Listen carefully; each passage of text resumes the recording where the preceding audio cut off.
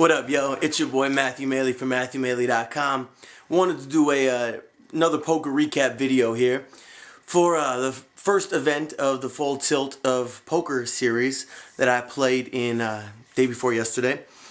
Started off, as most of you know, Full Tilt runs a poker series kind of similar to the World Series or some of the circuit events or many of the other series of pokers that it's a collection of events with a high price buy-in.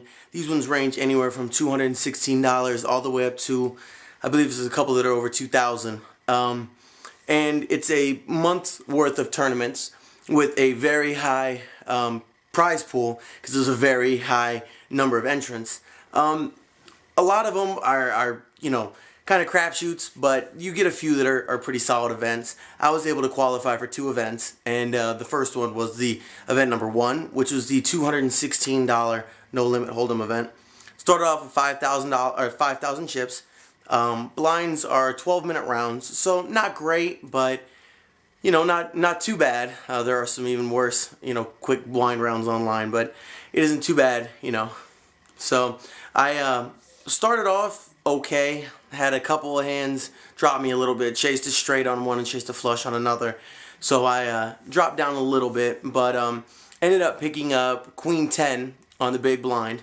Had a person raise from under the gun +2, ended up folding around to me, so I made the call. Flop came up Queen 4-4, so I'm sitting with top pair and decent kicker, not great kicker, but decent kicker. I ended up checking. The person that had raised pre-flop ends up making a bet. I think about it for a second, and I really don't, I'm not really thinking that they have a queen, so I'm going to try to see where I'm at, and I end up putting in a raise.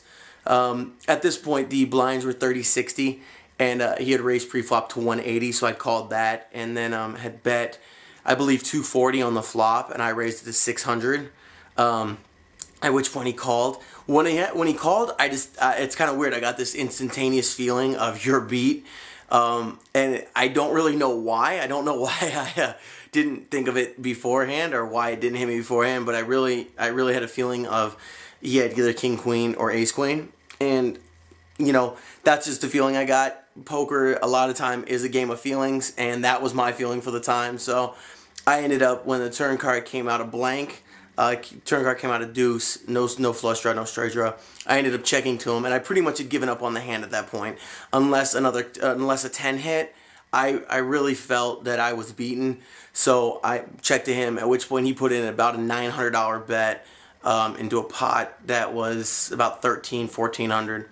And I thought about it for a while. I was at that point if it was either push all in or let it go. And I ended up letting it go, and I let him know what it had, and he said I made a good fold. So, you never know online poker, any poker, you never know if you're really telling the truth. But I personally do feel like I made a good fold. So, ended up, a couple hands later, we went to break. At break, I was down about 1,000 chips, so I was at about 4,000. Ended up over the next series of rounds, I just was getting killed. I mean, just card dead, and when I finally would pick up a hand, it just wasn't working out, I would pick up ace king, would raise pre-flop, get 2 callers, flop would come up, queen jack 4, I would make a bet and get a call and a raise, so just some bad luck, plus I wasn't playing great, I admit that. By the time the next break came around, I was down to about 2,500 in chips.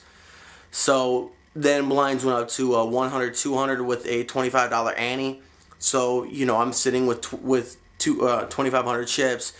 And, at that point, the blind, my M at that point was, it was 700 for every time around the table.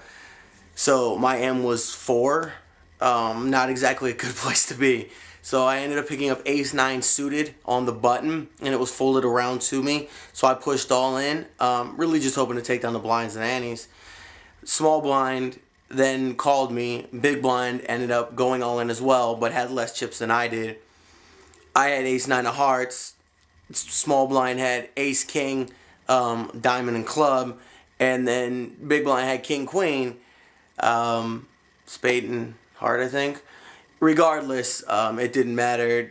Nothing flopped. Ended up hitting an ace on the turn, and no 9 hit on the river. So I was out. Ended up going out in 2,560th place, which obviously didn't pay anything.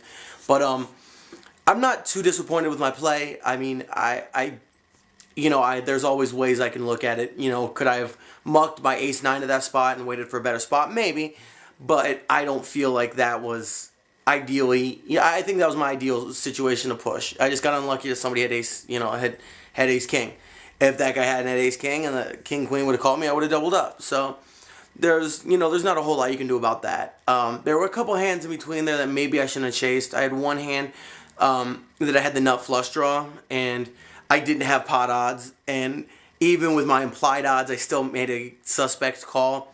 But sometimes that's just what happens.